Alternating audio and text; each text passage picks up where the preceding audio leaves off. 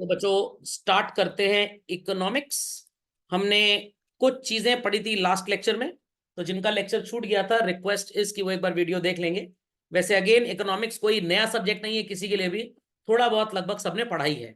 और सबसे अच्छा इकोनॉमिक्स का एग्जाम्पल बस यही होता है कि जब भी आप cold coffee with ice cream market में खरीदे जाकर तो शॉपकीपर को बोलें कोल्ड कॉफी विद आइसक्रीम कितने की है, कह रहे वही पुराना रेट चल रहा है 45 रुपए का। ठीक है, कोल्ड कॉफी दो आइसक्रीम के साथ, बट आइसक्रीम अलग से देना कप में डाल के। कहेगा फर्क क्या पड़ेगा, फिजिक्स का डिस्प्लेसमेंट और थर्स्ट का प्रिंसिपल। जितना एरिया आइसक्रीम कोल्ड कॉफी वाले कप के अंदर जाके ऑक्यूपाई करेगी उतनी कोल्ड कॉफी कम मिलेगी। बड़ी दलिद्दर अप्रोच है सर आपकी, बड़ी दलिद्दर अप्रोच। कोल्ड कॉफी वाला पहचान जाएगा कि आप मेरे स्टूडेंट हैं। स्वीट कॉर्न अगर लें तो वो स्पून लगा देता है, 6-8 दाने कम हो जाते हैं उससे, तो तुम स्पून अलग से दो तो पहले इसको भरो पूरा। That is simple economics. कैसे अपने अवेलेबल रिसोर्सेस से बेस्ट आउटपुट आपको मिले, that is called as what, economics. तो आपके घर में मम्मी ने कुक नहीं कुक हायर किया, शादी ब्याह के सीजन पे लोग घर में काम चोर हो जाते हैं, 1,000 रुपए पर डे वो ले रहा है। ज्यादा से ज्यादा पकवान बनवाए या चेहरा देख के छोड़ दे उसको, ज्यादा से ज्यादा पकवान बनवाए कि पर यूनिट पकवान जो बना है उसकी कॉस्ट कम हो। समझ में आ गया? अगर आपको कोई टैक्सी ड्राइवर मिले और कहे मैं 200 रुपीज पर आवर लूंगा, जितना चाहे उतनी गाड़ी चलवा लो, आप कहेंगे चलाओ 140 की स्पीड मार डालो सामने जितने लोग आ रहे हैं, क्योंकि ज्यादा से ज्यादा गाड़ी चलवानी है। समझ में आ गया?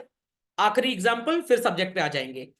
एक बार आपने किसी को मंदिर जाते हुए देखा और मेरे से पूछा सर ये कौन सा धर्म फॉलो कर रहा है, मैंने कहा हिंदुइज्म। फिर आपने मस्जिद जाते हुए किसी को देखा and you asked me sir इसका कौन सा धर्म है, मैंने कहा इस्लाम। फिर आपने चर्च जाते हुए किसी को देखा, आपने मेरे से पूछा सर इसका क्या धर्म है, मैंने क्रिश्चियनिटी। अच्छा जो गुरुद्वारे जा रहा है ये तो सिखिज्म फॉलो कर रहा है। सर मेरा एक दोस्त है वो चारों जगह जाता है, उसका धर्म ही कॉमर्स और इकोनॉमिक्स है। जहां से जो जुगाड़ सेटिंग बैठे, जिससे जान पहचान बने, आशीर्वाद ले लो। कुछ लोग तो डेली आपने देखा होगा गुरुद्वारे जाते होंगे, भक्ति भावना तो अपनी जगह है। हलवा खाना घर में खा लिया, स्वीट डिश वहां मिल जाएगी। भंडारे में जरूर जाएंगे नालायक, चाहे ऐसे पूजा पाठ करने जाए चाहे ना जाए। और नाक इतनी तेज होती है टॉमी और मोती वाली, भंडारे की महक उनको आ जाती है। कभी कह दो कि सो कॉल्ड भजन कीर्तन है, अब कौन जाए वहां बैठे भंडारा, अरे हम सबसे पहले चलेंगे। और बाल्टी लेके सेवा क्यों करते हैं, ज्यादा ज्यादा खाने की उम्मीद हो। इनका धर्म इकोनॉमिक्स और कॉमर्स होता है। चलें आगे। तो fuller utilization of resources is known as the study of what children, economics. अभी आपने देखा होगा हमारे गडकरी अंकल जो road so called ministry of roadways चलाते हैं, कहीं पे भी उन्होंने टनल निकाल के रोड बना दी। 50-50 किलोमीटर के डिस्टेंस को 5-5 किलोमीटर पे टनल के अंदर से ट्रेनें कार्स जाती हैं। वो क्यों ये सब काम कर रहे हैं, ताकि लोगों की अप्रोच एक एरिया से दूसरी जगह जाने की बहुत आसान हो जाए और फ्यूल का कंजम्पशन कम हो जाए। तो he is also talking about what children, economics. हम 4G से 5G टेक्नोलॉजी पे क्यों जा रहे हैं, उतने ही टाइम में डेटा ट्रांसफर ज्यादा से ज्यादा हो जाए। That is also called as what children, economics. Mummy को आपके ऊपर गुस्सा आ गया, अब सुतैया होनी है आपकी, मतलब आप पीटे जाएंगे। जो भी हाथ में आए वो इस्तेमाल कर लेंगी या स्पेशली AK-47 खरीदेंगी जाके, एफर्ट बचे, इकोनॉमिक्स। समझ में आया? कभी कभी तो आंखें बड़ी करके डरा लेती हैं आपको, ये भी इकोनॉमिक्स है। समझ में आ रही है सबको बातें? नहीं समझ में आ रही? समझ में आ गया ना? चलिए, 2-4 दोस्त हैं, 5 चीज की पर्ची बनानी है एग्जाम में, पांचों दोस्त 5-5 टॉपिक की पर्ची बनाए, सब एक एक बना लो, एग्जाम में अदला बदली कर ली जाएगी। What is that, economics. और फिर short get together with the principal. समझ में आ गया? अलग सम्मान पत्र आपको मिलेगा। खोपड़े में बात गई कि नहीं गई? तो ये प्रैक्टिकल इकोनॉमिक्स है। चलिए बच्चों, तो स्टार्ट करते हैं। क्यों इंसान काम करता है ये सब हम लास्ट लेक्चर में बात कर चुके हैं, जिनका छूटा हुआ है वो वीडियो देख लेंगे लिविंग अर्न करने के लिए। चलिए सब बच्चों, यहां पे 2 चीजें आपको नजर आ रही हैं। First is called as economic goods and second is called as what, free goods. तीसरी चीज मैं लिखूंगा इकोनॉमिक बैड्स। ये क्या होता है सर, पहली बार सुन रहे हैं। What is economic good, everything that has a price tag. हर वो चीज जिसकी कीमत होती है, आप उसे इकोनॉमिक्स की भाषा में क्या बोलते हैं, इकोनॉमिक गुड्स। और जिसके लिए आपको कोई भी प्राइस ना देनी पड़े, it is called as what, free goods. जैसे अगले साल 2025 में प्रयागराज सिटी में मैंने एक बहुत बड़ा आयोजन करवाना है लोगों के लिए, दूर दूर से लोग आएंगे, इस आयोजन को कुंभ मेला बोलते हैं। और कुछ लोगों को तो ये भी पता है कि मौनी अमावस्या वाले दिन कितने लोग लगभग स्नान करने आते हैं, 5 करोड़। लोगों ने बिजनेस आइडिया डेवलप कर लिया, शार्क टैंक में जाके बोला, क्या आइडिया था? 10% of 5 crore is what? 50 lakh. मान ले 5 करोड़ का 10%, 50 लाख होता है मैथ्स के हिसाब से। मैथ्स थोड़ी सी कमजोर है तो कोई टेंशन नहीं, तीसरी चौथी की मैथ्स की क्लास लेके सॉल्व कर ले मैथ्स की। 50 लाख लोग अगर 5-5 रुपए भी भीख दे तो कितना इकट्ठा हो जाएगा बच्चों? 2.5 करोड़। 2.5 करोड़। और अगर टॉप 10 भिखारी में हमारी लिस्टिंग हो जाए, 25 लाख रुपए तो कहीं नहीं गया मौनी अमावस्या वाले दिन। सर बड़ा बढ़िया आइडिया है सर, समझ में आ गया? तो कुछ लोग हो सकता है मौनी अमावस्या वाले स्नान के दिन क्लास मिस करें। कहाँ गए थे सर आपके आइडिया को एग्जीक्यूट करने? सर लीजिए सर 5 लाख आप रखिए, 20 लाख हमें तब भी बच गया। और इस पे भारत सरकार कोई टैक्स लेगी ही नहीं। समझ में आया कि नहीं आया? तो moral of the story is this, Kumbh Mela क्षेत्र तक जाने के लिए ई रिक्शे वाला 50-100 रुपए आपसे ले सकता है। इसे क्या बोलेंगे बच्चों? Economic goods. बट वहां पे गंगा जी में स्नान करने के लिए डू यू नीड टू से पे सम मनी? 2 डुबकी मारेंगे बैंक से 2 रुपए कट जाएगा, 5 डुबकी मारेंगे 500 कट जाएगा? नो, गंगा जी में नहाने में नीड नॉट टू पे एनी मनी। क्या होता है बच्चों? ये free goods. So anything that has a price children, आप उसे क्या बोलेंगे? Economic goods. क्या बोलेंगे? इकोनॉमिक। और जिसमें कोई प्राइस टैग नहीं होता उसे फ्री गुड्स भी बोल सकते हैं, as well as non economic भी। होली फेस्टिवल अभी बीता है, लोगों ने होली खेली होगी, कलर परचेज किया होगा मार्केट से? नहीं परचेज किया था? क्या कीचड़ से होली खेली थी क्या? तो जिन्होंने कलर परचेज किया उनकी होली इकोनॉमिक गुड्स से हुई, और जिन्होंने कीचड़ से होली खेली फ्री गुड्स। ये खरीदना थोड़ा पड़ता है, क्या बाल्टी कीचड़ भरते? हम 500 कीचड़ दे दो जरा, हमको अच्छा 2,000 का कीचड़ दे दो, कैसा था? वो फ्री में मिलता है। So things like air, sunshine, rain, mummy की चप्पल, बेलन से प्रहार, ये सब क्या होते हैं बच्चों? नॉन इकोनॉमिक तो होते हैं, फ्री गुड्स होते हैं। Got it clear? और हर वो चीज जिसका प्राइस होता है मार्केट में children, they are called as what? Economic goods. और ये ऐसे होते हैं जिनकी हमेशा बच्चों डिमांड बाजार में ज्यादा होगी और सप्लाई हमेशा कम। Moral of the story is this, they will always be scarce. I repeat, they will always be scarce. आज से 50 साल पहले ले लेते हैं, क्या किसी ने सोचा था मिनरल वाटर जैसी चीज बिकेगी? नो, पानी तो फ्री हुआ करता था, बट उसकी डिमांड इतनी ज्यादा हो गई कि लोगों ने उस पानी के लिए भी पैसे लेने स्टार्ट कर दिए। Is that clear? Is that clear? पक्का? मान लीजिए कि आपको चूहे को मारना है, तो पॉइजन नहीं लिखते, कई लोग सही में ना खा लें, रैट किल या रेपलेंट जो भी आप बोले, मैंने कभी टेस्ट नहीं किया इसको, आप भी मत करिएगा नहीं तो छुट्टी करनी पड़ जाएगी क्लास की। तो रैट किल बच्चों फ्री में मिलता है, पैसे लगते हैं? पैसे लगते हैं। Is that clear? बट आपने एक आइडिया बनाया। क्या आइडिया बनाया? सर हमने एक सो कॉल्ड जमीन पे गड्ढा खोदा, उसके ऊपर एक कार्डबोर्ड लगा दिया, जैसे ही चूहा उसके ऊपर आएगा और डंप होकर नीचे हो जाएगा। यूट्यूब में आजकल ये सब वीडियो आते हैं। ऐसा तो कोई भी अपने घर में कर सकता है। क्या आपको इस कारनामे के लिए कोई 1 रुपए भी देगा? नो। क्यों नहीं देगा? क्योंकि इसकी कोई डिमांड बाजार में है ही नहीं। समझ में आ गया? क्यों आप स्कूल जाते हैं और स्कूल आपसे फी चार्ज करता है बच्चों? वो सर्विस प्रोवाइड कर रहा है। सर्विस प्रोवाइडर तो यूट्यूब में भी है, मेरे 960 वीडियो 11-12 के पूरे सिलेबस में फ्री है वो। क्या उसके लिए कोई मेरे को पैसा देगा? क्यों नहीं देगा? क्योंकि उसकी डिमांड है ही नहीं, बट सप्लाई बहुत ज्यादा है। जिस दिन गवर्नमेंट ने कहा कि भाई वही टीचर यूट्यूब पे पढ़ा पाएगा जिसके पास वैलिड डिग्री होगी, और ऐसे इंडिया में लेटेस्ट से 1 लाख लोग हैं, तब यूट्यूब चैनल्स की डिमांड बढ़ेगी। तब आलतू फालतू के चैनल्स एकदम बंद हो जाएंगे, जो बोलते हैं कि हनुमान जी के भक्त हो तो लाइक करो, पाकिस्तान के दुश्मन हो तो कमेंट करो, न्यूसेंस एंड ऑल। उस दिन हमारे चैनल का पेमेंट बढ़ जाएगा। People are understanding what I am saying? तो anything that is a scarce and supply, हर वो चीज जिसकी डिमांड ज्यादा है और सप्लाई कम है, उसका प्राइस होता है मार्केट में। और उन गुड्स को क्या बोलते हैं बच्चों? Economic goods. मोहल्ले के 4 खाली लड़के और लड़कियां, कोई काम धंधा नहीं है, कोई भी नहीं, आप उनको ले गए, आओ भाई बहन आज लड़ाई करनी है, will they charge any money from you? No. But अगर आप सो कॉल्ड दाऊद इब्राहिम को बुलाएंगे, दाऊद भाई लड़ाई हो गई है, क्या लड़ाई हो गई है? वो छोटे भाई से लड़ाई हो गई है, वो एप्पल नहीं दे रहा था हमको। दाऊद इब्राहिम कहेगा इलाहाबाद आएंगे तो पुलिस पकड़ लेगी, और सर की फीस भी पेंडिंग है वो भी देनी है, सर शराब वराब दे देंगे। आपने कहा नहीं आ जाइए मैं पैसे दे दूंगा। कितने? 11 रुपए। 11 रुपए में दाऊद इब्राहिम आ गए आपके साथ छोटे भाई को पीटने के लिए। तो ये कौन से गुड्स हुए, इकोनॉमिक या फ्री? इकोनॉमिक। तो मतलब आज के बाद अगर लड़ाई हो और आपको कोड वर्ड में बात करनी हो, बुला लो फ्री गुड्स को, मतलब ऐसे लड़कों को जिनके पास कोई काम है ही नहीं। समझ में आ गया? समझ में आ गया? What is economic goods understood, what is free goods understood. Sir what is economic bads, पहले आप इसको लिख लीजिए, फिर मैं आपको इकोनॉमिक बैड्स भी बता देता हूं। कोई क्वेश्चन है, किसी का क्वेरी है तो प्लीज आस्क। लेट अस से चिल्ड्रन, आपके घर के बगल में एक फैक्ट्री है जहां से स्मोक निकलता है, धुआं आता है, और आपको इस धुएं से नुकसान होगा कि नहीं होगा? होगा।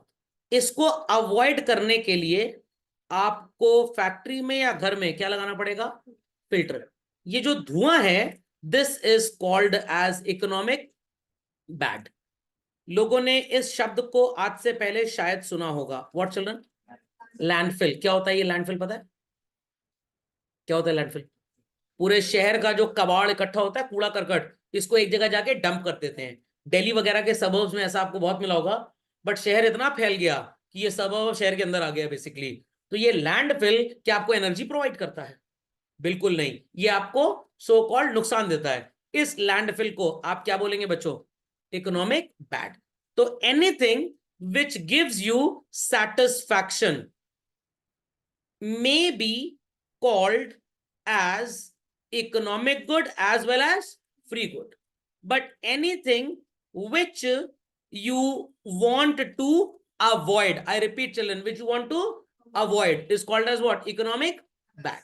आज सवेरे हमारे घर में म्युनिसिपल कॉर्पोरेशन से कुछ लोग आए, नहीं कोई चालान काटने नहीं आए थे।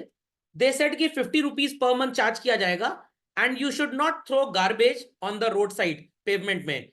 गाड़ी आएगी वो इकट्ठा करके ले जाएगी। हम किस लिए पैसा दे रहे हैं? ताकि हम इस कबाड़ से बच पाए, बीमारी से बच पाए, कूड़े करकट से बच पाए। तो 50 रुपए is being given for what children? Economic bad. तो जो भी आपको सेटिस्फैक्शन दे positive, it is economic good और it is free good. Price पे कर रहे हैं तो इकोनॉमिक गुड हो गया, और प्राइस नहीं पे कर रहे तो चिल्ड्रन फ्री गुड हो गया। और किसी चीज को अगर अवॉइड करने के लिए भी कॉस्ट दी जा रही है तो आप उसे क्या बोलेंगे? इकोनॉमिक बैड बोलेंगे। समझ में आ गई बात? Understood everybody? तो मोस्ट ऑफ द बुक्स में आपको दो ही चीजें मिलेंगी, economic good and free good, but आपको सो कॉल्ड एडवांस स्टडी के लिए पता होना चाहिए the third one is called as what? Economic bad. समझ में आ गया? आपके पापा ने एक व्हाइट वॉश करने वाले को बुलाया, 700 रुपीज पर डे वो ले रहा है। आप भी खाली थे, कोई काम नहीं था, आपने कहा हम भी लग जाते हैं साथ में। तो उसने भी घर पेंट किया, आपने भी पेंट किया, आपको पापा कोई पैसे नहीं दे रहे हैं। You will be called as what? Free good. और उस कारपेंटर की जो सर्विस है वो इकोनॉमिक गुड। और कारपेंटर कह रहा है पापा से, भैया जी मेरे को 100 रुपए और दे दीजिए, ये जो पेंट वगैरह जमीन पे गिर गया है मैं इसको क्लीन करके जाऊंगा।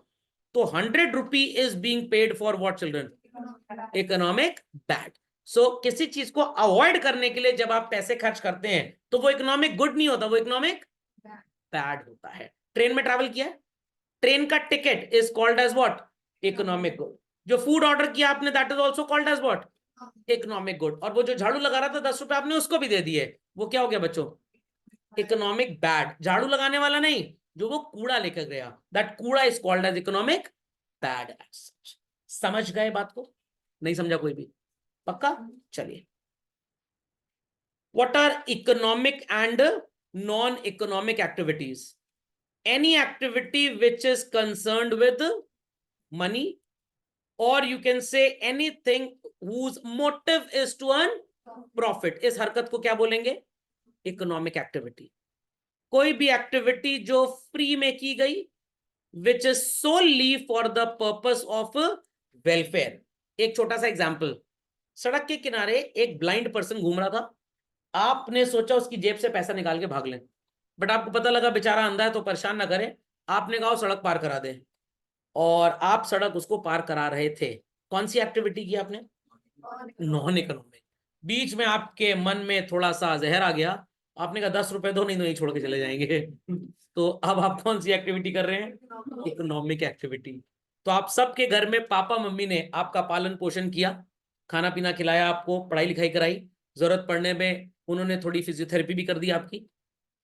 समझ गए ना, फिजियोथेरेपी मार पीट के कूट काट के ठीक करना, इसको फिजियोथेरेपी बोलते हैं। मम्मी को डॉक्टर बोलना आज से, अगर एक भी झापड़ आपको आज तक पड़ा है तो। What it clear? तो क्या इस चीज के पापा मम्मी पैसे लेते हैं आपसे? कोई बच्चा ऐसा जिसकी मम्मी ने बोला खाना बना दिया 200 रुपए दे दो, या आपको मैथ्स पढ़ा दी 500 रुपए दे दो, ऐसा हुआ कभी? कभी ऐसा नहीं हुआ। तो पापा मम्मी की हरकतें क्या है बच्चों? Non economic. But if you go to a restaurant, वहां पे आपको फूड कंज्यूम करने के पैसे देने पड़ते हैं। कौन सी एक्टिविटी है? इकोनॉमिक। ट्यूशन क्लास ज्वाइन कर लिया पढ़ने के लिए, आपको पैसे देने पड़ते हैं। कौन सी एक्टिविटी है? Economic activity. समझ गए इस बात को? चलिए। ये जो बहुत बड़ा बड़ा कंटेंट लिखा है, इसको आपको बहुत ज्यादा नहीं पढ़ना है, क्योंकि ये मटेरियल थोड़ा सा ज्यादा लिस्टिंग करता है, बट आपको सिर्फ बेसिक मीनिंग इसके समझने हैं, ठीक है? हेडिंग डाल लीजिए सब लोग, economic non economic. What I have quoted please mention that as well. चलिए।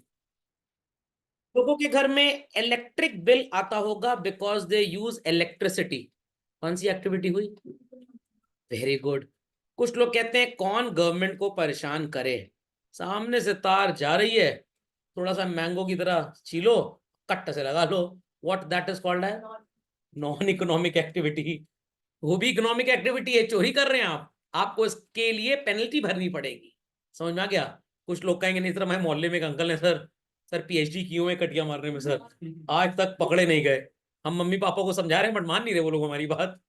समझ में आ गया? समझ में आ गया? तो ये सब हरकतें मत करिएगा, नहीं तो पता लगा जेल से ऑनलाइन क्लास करनी पड़ रही है, केजरीवाल के बगल में बैरक में आप भी बैठे हुए हैं। चलिए, समझ में आ गया? इकोनॉमिक नॉन इकोनॉमिक क्या होता है? तो अपनी बर्थडे पार्टी में सब लोगों को बुलाना और खाना खिलाना, कौन सी एक्टिविटी हुई? इकोनॉमिक। पैसे लगे आपके। समझ में आ गया? पता लगा कोई दोस्त आया 100 रुपए का गिफ्ट देके गया और 800 रुपए पर हेड का खाना था, अगली बार इस दोस्त को बुलाएंगे, 700 रुपए का नुकसान हो गया आपको। समझ में आया कि नहीं आया? और दूसरे की बर्थडे पार्टी में जाके घबड़ घबड़ खाना, सर हम तो गिफ्ट देंगे ही नहीं। Non economic activity. चलिए, just a joke. So farmers, weavers, labourers, shopkeepers, teachers, advocates, ये लोग क्या फोकट में काम करते हैं बच्चों? No, these are called as what? Economic activities. Ronaldo का नाम आपने सुना होगा, सिखाया था मैंने उसको फुटबॉल। वो फुटबॉल पैसा कमाने के लिए खेलता है बच्चों, या अपनी हेल्थ अच्छी करने के लिए? तो कौन सी एक्टिविटी कर रहा है वो? इकोनॉमिक। समझ में आ गया? आपके भी कोई दोस्त यार होंगे, ऐसी हरकतें आपने भी की होंगी, मम्मी से बोल के जा रहे हैं फुटबॉल खेलने, रोनाल्डो बनेंगे ताकि पढ़ना ना पड़े। कौन सी एक्टिविटी हुई? इकोनॉमिक। नहीं पढ़ेंगे तो फेल होंगे, फिर फीस देनी पड़ेगी। समझ में आ गया? चलिए। हेल्थ के लिए आप दौड़ रहे हैं और गाना गा रहे हैं पड़ोसियों को जगाने के लिए, कौन सी एक्टिविटी हुई? Non economic. What it clear? बच्चा पालन, सर छोटे भाई को सब बहुत मारे बचपन में, बहुत मारे। Teaching own children by a teacher is what children? मैं तो पैसा लूंगा भैया, मैं फ्री में नहीं पढ़ाऊंगा, साफ बात। ठीक है, अभी नहीं दे पा रहे हो, जब कल को पढ़ा मतलब पढ़ लोगे, कमाने लग जाओगे तब देना, नहीं तो हमारा हाल भी अमिताभ बच्चन इन बागबान की तरह हो जाएगा। चलिए भाई। So these are examples of what children? Non economic. समझ में आ गया? नहीं समझ में आया? समझ गए? चलिए, चलते हैं आगे।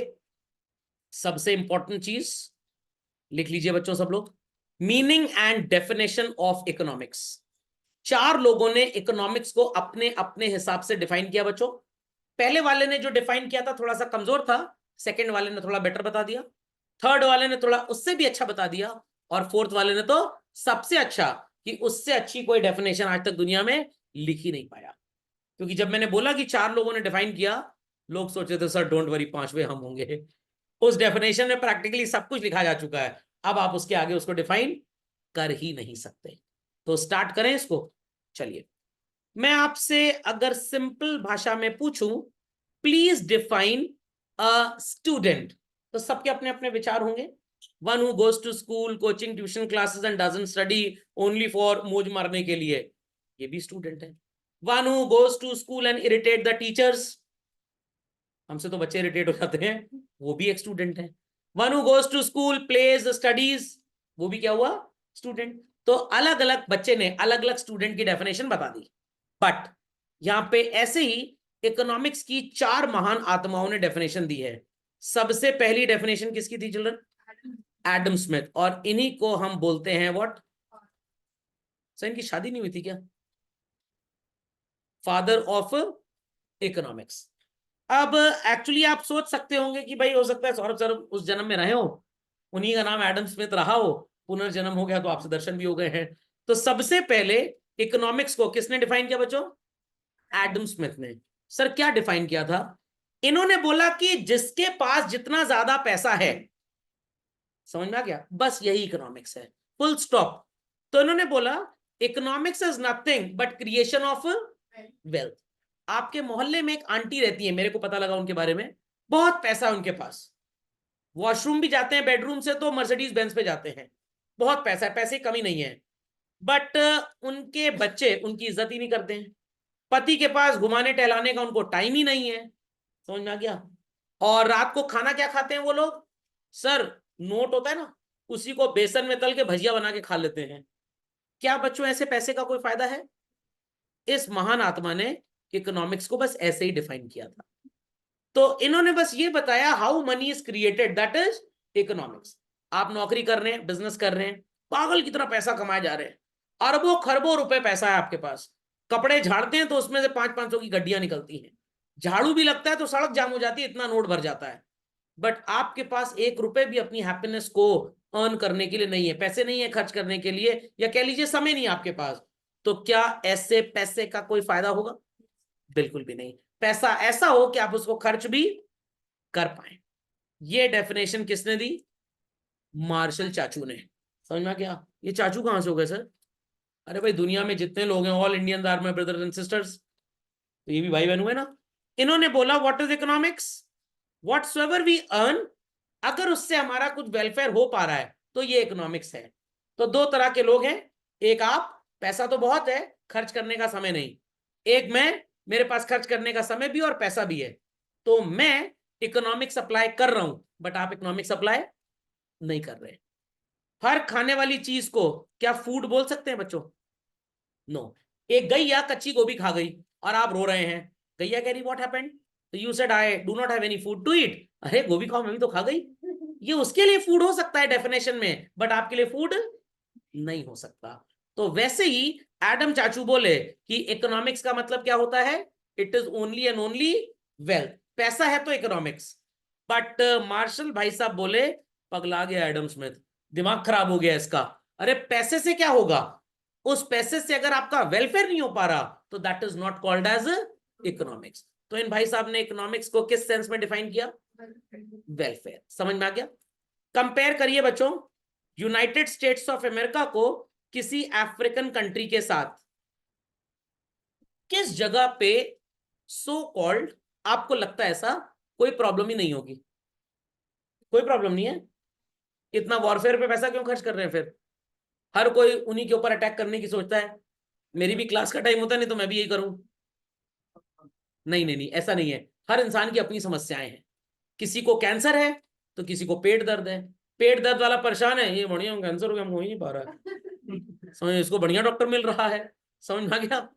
समझ में आया? तो every country, every person is confronted with some of the problems. US के साथ क्या प्रॉब्लम है? सेफ्टी एंड सिक्योरिटी का। तो जो रईस इंसान होता है, करोड़ों की वेल्थ जिसके पास होती है वो भी डरता है, और जो गरीब है वो भी डरता है। गरीब क्यों डर रहा है? पैसा नहीं है, कल क्या खाऊंगा। रईस क्यों डर रहा है? ज्यादा खा के तो डायबिटीज ना हो जाए। तो डर दोनों के मन में है। तो क्या करूं, माउंटेन ड्यू पिला दूं दोनों को, उसके आगे जीत आ जाएगी? ऐसा तो कुछ होगा नहीं भाई। Got it clear?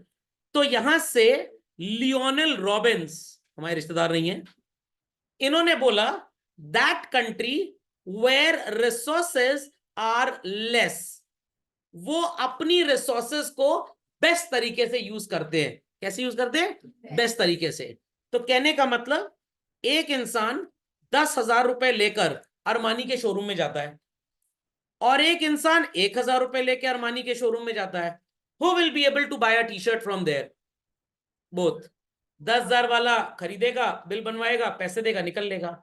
1,000 वाला वहां के नौकर को सेट करेगा, 600 रुपए तुमको देंगे, रात को मिलना पीली कोठी के बाहर काली पहाड़ी के पीछे, और ये टी शर्ट पार की हमको देना। तो उसने जुगाड़ और सेटिंग से टी शर्ट चोरी करवा ली, 10,000 वाले ने खरीद के ली, तो दोनों ने टी शर्ट का एंजॉयमेंट लिया। But who had scarcity children? 1,000 वाला। तो क्या अगर आपके पास किसी चीज की स्कैरसिटी है तो क्या आपका सेटिस्फैक्शन बिल्कुल नहीं होगा? होगा। मेरे घर में 20 लोगों के लिए खाना बन गया, समझ में आ गया, और सब बढ़िया खाना खा के गए। आपके घर में 4 लोगों के लिए खाना बना था, बट मनहूस पता नहीं 20 कहां से टपक गए, कोई लीक कर दिया बात को, पार्टी इनके यहाँ जो जरा। तो भाई 4 लोगों का खाना 20 को कैसे खिलाएंगे?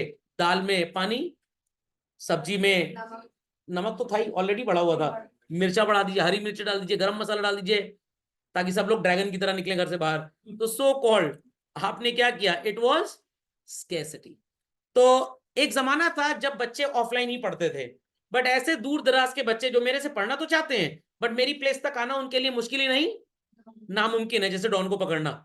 तो अब वो कैसे इस कमी को दूर कर सकते हैं बच्चों? बाय कनेक्टिंग ऑनलाइन और वॉचिंग माय रिकॉर्डेड क्लासेस। तो इंटरनेट के आ जाने से क्या इंफॉर्मेशन की स्कैसिटी हुई बच्चों? या अगर इंफॉर्मेशन की स्कैसिटी थी भी, क्या वो प्रॉब्लम हुई? नो, वो प्रॉब्लम पूरी तरह से खत्म हो गई। तो इन आत्माओं ने बोला कि भाई इकोनॉमिक्स का मतलब पैसा और पैसे से मिलने वाला वेलफेयर। रॉबिन्स चाचू क्या बोले, अगर किसी के पास रिसोर्सेस का शॉर्टेज है, वो भी कुछ ऐसे एफर्ट लेगा कि उस स्कैसिटी से उसका सेटिस्फैक्शन लेवल बच्चों ज्यादा से ज्यादा हो जाए। समझ में आई बात या बिल्कुल भी नहीं आई बात? पक्का? एक जमाना था जब आपके दादाजी ने घर बनवाया होगा, ग्राउंड फ्लोर फर्स्ट फ्लोर बहुत बड़े एरिया में, but over the period of time children, real estate की शॉर्टेज हो गई दुनिया में, क्योंकि लैंड की डिमांड बहुत बढ़ गई और सप्लाई बहुत कम थी। तो क्या लोग आत्महत्या कर लें जिनको घर में रहना है? घर तो नहीं, चलो आत्महत्या कर लेते हैं, नदी में कूद जाए जाके। कैसे इनकी घर की प्रॉब्लम सॉल्व हो सकती है? By building flats, by building flats one over the other. तो ऑटोमेटिकली रियल एस्टेट का प्रॉब्लम पूरी तरह से खत्म हो जाएगा। तो लियोनल रॉबिन्स ने बोला स्कैसिटी को भी हम इकोनॉमिक्स बोल सकते हैं, बिकॉज ट्रू सेंस में अगर आपको 10,000 रुपए दे दिए जाएं और बोला जाए पूरे महीने का खर्चा घर का आपको चलाना है, तो क्या प्रॉब्लम है? बट आपकी मम्मी पूरे महीने घर का खर्चा 1,000 रुपए में मैनेज कर रही हैं। किसने ज्यादा बढ़िया मैनेजमेंट किया? मम्मी ने। वो 1,000 में घर चला लेती है पूरा, और आप 10,000। एक बार एक बच्चे के दादाजी बोले, हमारे जमाने में ना हम बाजार जाते थे, 100 रुपए में पूरा सामान ले आते थे। बच्चा कह रहा, दादाजी अब कैमरा लग गया है मार्केट में, 100 रुपए में सामान नहीं आता है। खैर जोक है, मजाक में ही समझिएगा। तो अगर आपको घर का मैनेजमेंट दे दिया जाए, तो क्या आप उतने अच्छे से मैनेज कर पाएंगे जितने अच्छे से आपकी मम्मी मैनेज करती हैं? बच्चे कहीं से रिकॉर्डिंग ऑफ करिए, फिर सच्चाई बताएं आपको, कहीं ये रिकॉर्डिंग मम्मी ने सुन ली, हाँ तो सर हम तो एकदम 9-2-11 हो जाएगा, नहीं कर पाएंगे। People understood this? People understood this? पक्का? तो कमी में रहकर कितना बढ़िया बेनिफिट आपने चीजों का लिया, दैट इज इकोनॉमिक्स। मैं नहीं बोल रहा हूं, कौन बोल रहा है? लियोनल रॉबिन्स बोल रहा है। तो ज्यादा अगर है तो कोई भी चला ले जाएगा, but if you have shortage of something, उसमें से कितना बेस्ट आउटपुट मिल गया, that is called as economics. तो पराठे के साथ क्या खाते हैं मक्खन के अलावा, व्हाइट कलर का? व्हाइट मक्खन, हाँ कर्ड योगर्ट दही खाते हैं। अब मान लीजिए घर में गेस्ट ज्यादा आ गए, मैं भी टपक गया ऊपर से, अब सबको तो दही मिल नहीं सकती खाने को, मम्मी क्या दिमाग चलाएंगे अपना, ये तो हर जगह पानी मिलवाएगा, इसके यहाँ तो खाना खाने जाएंगे नहीं हम लोग। अरे मतलब रायता बना सकते हैं, डाइल्यूशन लेवल बढ़ जाएगा तो क्वांटिटी ज्यादा हो जाएगी। और गेस्ट चले आए, टॉमी और मोती भाई नाक थी, पराठे की स्मेल बाहर गई और चले आए, अब मम्मी कहेंगी लस्सी बना दो। और गेस्ट चले आए, बेटा आप छाछ बना दो। और चले आए, बेटा काली मिर्च बढ़ा दो इसके अंदर, अब लाल मिर्च डाल दो, लौंग इलायची धनिया सब डाल दो। समझ में आ गया? तो किस चीज को दूर किया बच्चों हमने? स्कैसिटी को दूर किया। लोग कपड़ा टी शर्ट वगैरह खरीदते हैं, पहले पार्टी में पहन के जाते हैं 2-4 बार, फिर पुराना हो जाता है तो उसको कोचिंग ट्यूशन क्लास में पहन के आ जाते हैं, और पुराना हो जाता है तो नाइट सूट की तरह इस्तेमाल हो जाता है, और पुराना हो जाता है तो हाँ वेरी गुड, सारी इंडियन फैमिलीज का ये हाल है। और पुराना हो गया तो सर वो घर के बाहर टांग देंगे, नजर बट्टू की तरह काम करेगा, हमारे घर को नजर ना लग जाए। या सर वो कुत्ते उत्ते की जगह होती है ना, खुद ना बैठ जाइएगा, उसको लिए बना दिया जाएगा। क्या हो रहा है बच्चों? स्कैर्स रिसोर्स था, आपने उसका बेस्ट यूटिलाइजेशन किया। जैसे हिंदुस्तान में तौलिया नहीं पोछा नहीं खरीदा था, तौलिया जब पुराना हो जाता है तो वही घर में पोछे का काम कर देता है। क्या कर रहे हैं? स्कैर्स रिसोर्स का बेस्ट यूटिलाइजेशन। समझ में आ गया? मेरे पास पैसे नहीं है मोबाइल फोन खरीदने के, तो मैंने सिर्फ सिम कार्ड ले लिया है, बस बात करनी होती है किसी से उधार मांगते हैं, अपना सिम लगाते हैं, बात करके सिम निकाल के वापस कर देते हैं। तो that is also called as what children? Scarce resource. आपको टेबल टेनिस की प्रैक्टिस करनी है, but you didn't had so much money कि आप टेबल टेनिस एकेडमी ज्वाइन कर पाए, आपने 2 कड़छी ले ली घर में, आपने और आपके भाई ने, एक ऊन का गोला ले लिया और डाइनिंग टेबल को ही टेबल टेनिस बना के खेलने लग गए। What is that? स्कैर्सिटी। समझ में आई बात कि नहीं आई बात? पक्का। और आखिरी डेफिनेशन अंकल सैम ने दी थी, सैमुअलसन ने, and it is called as what children? Growth definition. इन्होंने क्या बोला? इकोनॉमिक्स का मतलब आज हम अपने रिसोर्सेस को ऐसे यूज करें कि फ्यूचर में भी उनको यूज करने के लिए हमारे पास चीजें बची रहें। एनवायरमेंट सबने पढ़ा होगा, सस्टेनेबल डेवलपमेंट के बारे में कुछ सुना है? तो पॉल सैमुअलसन अंकल ने ग्रोथ डेफिनेशन में इसी के ऊपर फोकस किया हुआ है। तो समरी व्यू सबको समझ में आ गया बच्चों? चलिए तो आप लिख लीजिए डेफिनेशंस ऑफ इकोनॉमिक्स। सबसे पहले ये 4 डेफिनेशंस के titles children, with the economist, scientist मत बोलिएगा इनको, हु गेव देम, इनके नाम लिख लीजिए। हो सकता है सपने में आपको इनके दर्शन हो जाए। तो who is the father of economics children? Adam Smith. चटपट कॉपी कर लें इन चारों को। फिर एक एक करके हम सब डेफिनेशंस को पढ़ेंगे, उन डेफिनेशंस के फीचर्स को पढ़ेंगे, और किसने किसकी डेफिनेशन की बेइज्जती किस हद तक की है वो पढ़ाया जाएगा। That is criticism. तो बच्चों सबसे पहले हम अपनी वेल्थ डेफिनेशन को लिखते हैं, which was given by whom children? Adam Smith. तो इन भाई साहब ने सबसे पहले 1776 में अपनी एक बुक लिखी थी, और उसी में इन्होंने इकोनॉमिक्स की ये 2 कौड़ी की डेफिनेशन दी, जिसको लिख के आने पे पक्का बच्चा 11वीं में 2-3 बार पढ़ाई करेगा। Economics is a science of wealth. बस खत्म। सर काश सर डेफिनेशन ऐसी छोटी छोटी होती तो बहुत अच्छा लगता। इतनी छोटी डेफिनेशन बच्चा परेशान कहाँ होगा? समझ में आ गया? तो टीचर का हाल भी बच्चों एकदम सास की तरह होता है। जब वो बहू थी उसकी सास ने उसको सताया था, टीचर जब स्टूडेंट था उसको सताया गया था, तो आज आपको सता रहा है। तो economics is a science of wealth. अब सर ये साइंस का मतलब क्या होता है? बहुत जगह बच्चों आपने पढ़ा होगा, it is a science as well as an art, it is a science as well as an art, पढ़ा होगा ना?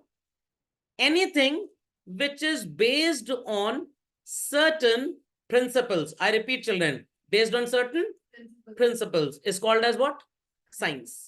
Anything which is based on behavior children is called as what? Art. ध्यान से सुनिएगा मेरी बात।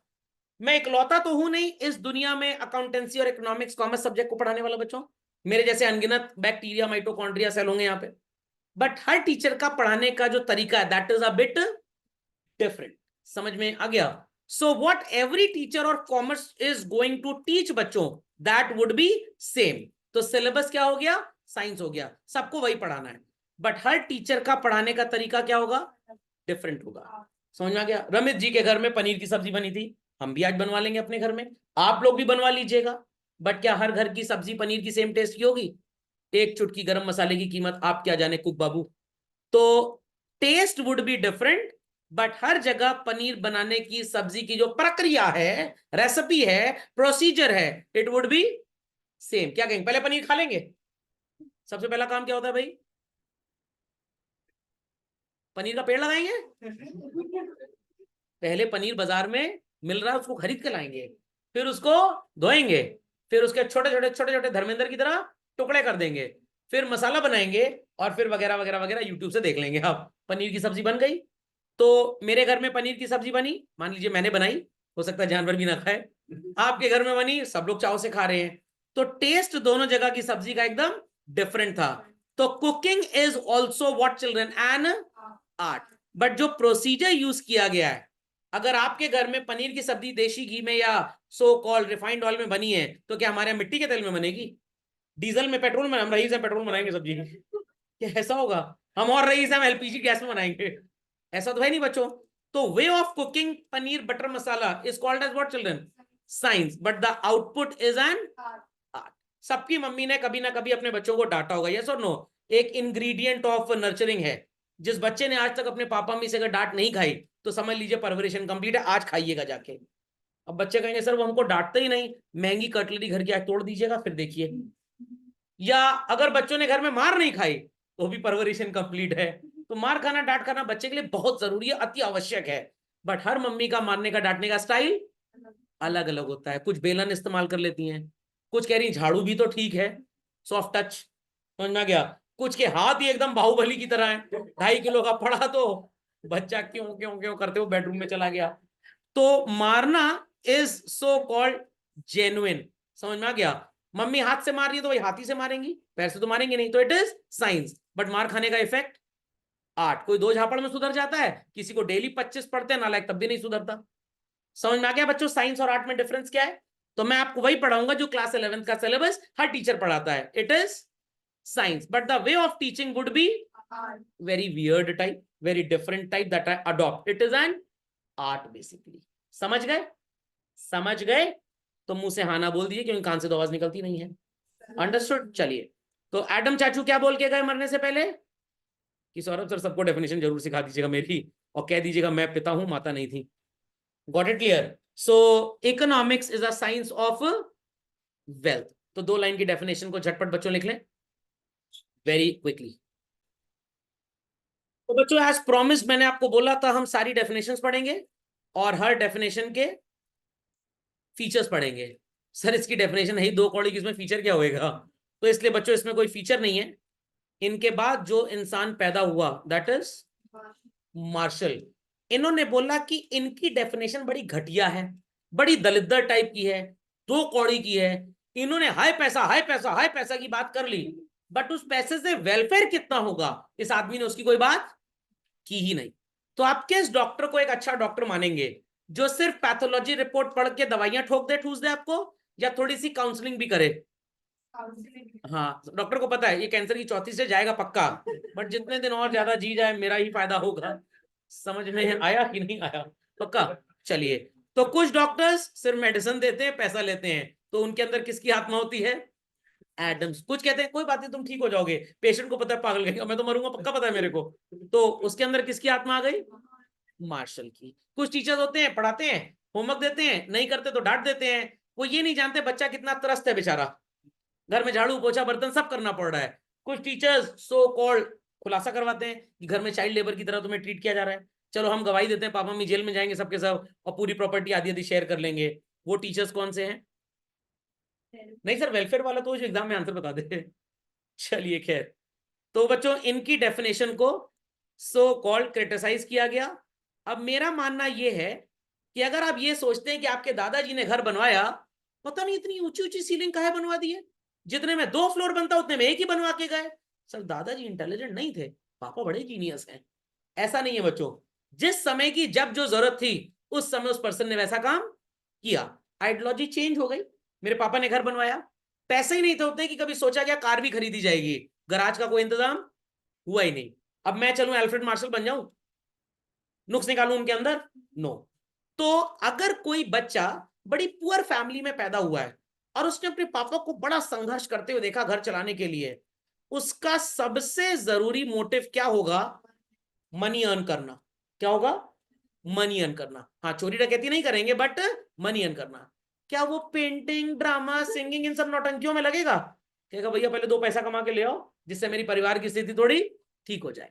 तो गलती एडम स्मिथ जी की नहीं थी, गलती उस माहौल की थी जब इन्होंने डेफिनेशन लिखी। आज लोग अपने पैसे को म्यूचुअल फंड वगैरह स्टॉक मार्केट में इन्वेस्ट करते हैं, बट एक जमाना था when people used to invest money only and only where children? Gold. आज आपसे कोई बोले 1 करोड़ रुपए की स्कीम है, लगा दो पैसा 15% रिटर्न मिलेगा, आप हंसी खुशी लगा देंगे। बट उस जमाने में लोगों के अंदर डर था और वो गोल्ड खरीदते थे और घर में गड्ढा करके बकेट में या उसके अंदर घड़े में रख के दबा देते थे। आपके घर में ऐसा कहां रखा है मेरे को बता दीजिएगा। तो सो कॉल्ड उस जमाने का नेचर वैसा था, लोगों के अंदर डर था तो इसलिए हरकतें की जाती थी। क्या आप उस जमाने के लोगों को बेवकूफ बोलेंगे? पागल कहीं के, इतना गोल्ड ठूस के चले गए। अरे स्टॉक मार्केट में लगाए होते, गोल्ड का रिटर्न 12-13% है, मैं 25% वाला रिटर्न बताता हूं, तो क्या आप उन्हें बेवकूफ बोलेंगे? नो। उस जमाने की सोच ही पर्टिकुलरली ऐसी थी। समझ गए इस बात को? नहीं समझे मेरी बात? तो वैसे ही एडम स्मिथ चाचू ने इंडस्ट्रियल रेवोल्यूशन जब इंग्लैंड में हुआ, जहां पे सिर्फ और सिर्फ सबसे इंपॉर्टेंट चीज क्या थी बच्चों?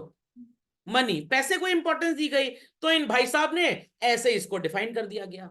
तो अगर आपको 100 बच्चे मिले बिहार के और सब के सब नकल मार के पास हुए होंगे और आपने इसके अलावा किसी को देखा ही नहीं, तो आपका बिहार के बारे में क्या व्यू होगा चिल्ड्रन? कि वहां तो ऐसे ही पास होते हैं, यस और no? But reality is something different. Bihar का लिटरेसी लेवल इंडिया में बच्चों सबसे कम है, बट आईएएस में सिलेक्शन सबसे ज्यादा। केरला का लिटरेसी लेवल, केरला का सबसे ज्यादा, आईएएस आईएएस में सबसे ज्यादा भर्ती वहीं से होती है। समझ में आया? तो जो आप एक्सपीरियंस करते हैं आप उस चीज को वैसा ही समझ लेते हैं। यस और नो? मैं आपको ढेर सारा होमवर्क दूं, खूब डांटूं, आप क्या बोलेंगे? यार बहुत खड़ूस आदमी है, बहुत खड़ूस आदमी है, कोई बच्चे की इमोशंस की चिंता ही नहीं है, बर्थडे पार्टी में जाना है, पड़ोस में बच्चा पैदा हो गया वहां जाना है, 3 घर छोड़ के डाइवोर्स हुआ वहां भी तो जाना है। सर कैसे होमवर्क कर पाएंगे? बट मैं आपको क्यों डांट रहा हूं होमवर्क ना करने में? ताकि आप पढ़ाई में बहुत आगे बढ़े। तो एडम स्मिथ की गलती नहीं थी, गलती किसकी थी बच्चों? इंडस्ट्रियल रेवोल्यूशन की थी। तो ये बातें बताना इसलिए जरूरी है क्योंकि कल को अगर कहीं आप डिबेट कंपटीशन वगैरह में पार्टिसिपेट करते हैं तो ये फैक्ट्स आपको आने चाहिए। He was not wrong, the scenario in which he wrote this definition was of such nature only. समझ गए इस बात को? चलिए, तो इसलिए बड़ी बड़ी फैक्ट्रीज उस जमाने में बनी और इन्होंने यही सोचा कि भाई economics is only and only what?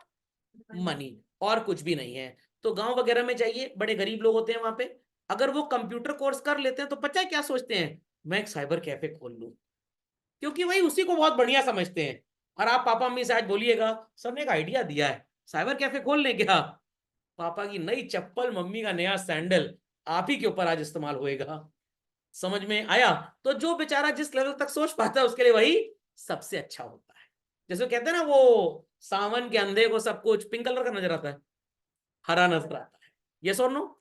चलिए, सो एडम स्मिथ की डेफिनेशन बस यही थी कि ज्यादा से ज्यादा वेल्थ लोग एक्यूमुलेट करते थे तो इनको लगा economics is nothing but and but wealth only. तो इनकी डेफिनेशन को काफी लोगों ने क्रिटिसाइज किया और इसमें सबसे ज्यादा क्रिटिसिज्म किस चाचू ने दिया है? मार्शल चाचू ने दिया है। Got it clear? चलिए, हाँ हाँ बोलिए बोलिए। हाँ, ये बहुत अच्छा प्रश्न पूछा गया है, बहुत बढ़िया प्रश्न, कि इतनी गलतियां थी वीरू के अंदर, बट जय ने मौसी को कभी उसकी गलतियां गिनाई नहीं कि बसंती से रिश्ता करवा ही दो मौसी। नहीं समझे आप? समझ गए ना? आपका दोस्त कितना भी दलिद्दर हो, सड़क छापो गिरा हुआ हो, बट आप उसकी मम्मी से कभी उसकी कंप्लेन नहीं करेंगे। दोस्त है भाई, एग्जाम में पास कराया उसने आपको, कुछ तो नालायक इज्जत रख लो उसकी घर में। तो ये क्वेश्चन बहुत ही बढ़िया था कि भाई सर इतनी इसके अंदर प्रॉब्लम थी, फादर हम क्यों बोलते हैं? तो आप सर जैसा टाइटल किसके सामने लगाते हैं? जो आपको पढ़ाता है। बट इंग्लैंड में person of eminent importance gets this title called as what? Father या सर। Got it clear? तो जिसने इसको इन्वेंट किया उसके लिए टाइटल यूज किया गया है। गलतियां थी इसके अंदर, बट मेरा दोस्त है भाई, कैसे गलत हो सकता है? Is that clear? आपके पापा मम्मी रिश्तेदार सब आपको डांटे, अल्टीमेटली रोते रोते जाएंगे तो मम्मी पापा के पास ही ना, कि पड़ोस वाले अंकल के पास चले जाएंगे। पापा मम्मी कहेंगे चलो भला टली गया नालायक। समझ में आ गया? तो फादर ऑफ इकोनॉमिक्स इसलिए नहीं बोला क्योंकि बेस्ट लिखा, फादर ऑफ इकोनॉमिक्स इसलिए बोला क्योंकि उन्होंने फर्स्ट टाइम लिखा। 4 महीने बाद आप क्या बोलेंगे? सर बहुत टीचर देखे, आप जैसा खड़ूस नहीं देखा सर, आप जैसा नहीं देखा सर, इतनी पढ़ाई इतनी पढ़ाई इतनी पढ़ाई। हमें पहले पता होता 10वीं के बाद हम तो परलोक से धार जाते हैं। बात समझ में आ गई? तो फादर इसलिए नहीं बोलते क्योंकि बेस्ट था, फादर इसलिए बोलते हैं क्योंकि भ्रष्ट था, फर्स्ट। समझ में आ गया? तो आपको ये एमसीक्यू में पूछ सकते हैं, in spite of definition being criticized by Alfred Marshall, why he is called as the father of economics? Option A, he gave the best definition, ऐसा ही नहीं, he gave the first definition. इधर A और B, और D हो जाएगा none of these. तो आपका आंसर क्या होगा? Option B, he defined it first. समझ में आ गया? गांधी जी के अंदर भी बहुत समस्याएं थी। लोग कहते हैं नेहरू जी के दोस्त थे इसलिए उन्होंने ऐसा काम किया, 2 देशों को अलग कर दिया। बट उस समय की क्या जरूरत थी? क्या उस समय प्रॉब्लम थी? क्या मेरे को आपको पता है? नहीं पता। तो उनको उस समय जो सही लगा उन्होंने वो काम कर दिया। समझ में आ गया? चलिए, तो सो कॉल्ड सबसे बड़ा इनका क्रिटिसिज्म क्या था बच्चों? इन्होंने वेल्थ को सिर्फ प्रेशियस मटेरियल गुड्स के नाम पे सोचा। अगर आप बहुत पढ़ लिख जाएंगे, ठीक है आपका अभी जॉब नहीं है, बट क्या एकदम बेकार है आप सोसाइटी के लिए? नो। सो डॉक्टर के पास कोई सामान नहीं है, ज्ञान है। टीचर के पास क्या कुछ बेचने को है? ओनली ज्ञान। तो इनके पास जो वेल्थ है चिल्ड्रन, दैट इज टैंजिबल, नजर आती है, और इनटैंजिबल। इनटैंजिबल। एक टीचर अपने टैलेंट ऑफ टीचिंग से लाखों करोड़ों अरबों कमा सकता है, डॉक्टर भी लाखों करोड़ों कमा सकता है, तो दुकानदार नहीं है, सामान नहीं इनके पास, बट इनकी knowledge may be called also as what children, wealth. तो एडम स्मिथ भाई साहब ने सिर्फ और सिर्फ इंडस्ट्रियल रेवोल्यूशन के हिसाब से वेल्थ को देखा। इन्होंने सर्विस सेक्टर में जो इस तरह की नॉलेज रखते हैं लोग, इनको कंसिडर किया ही नहीं।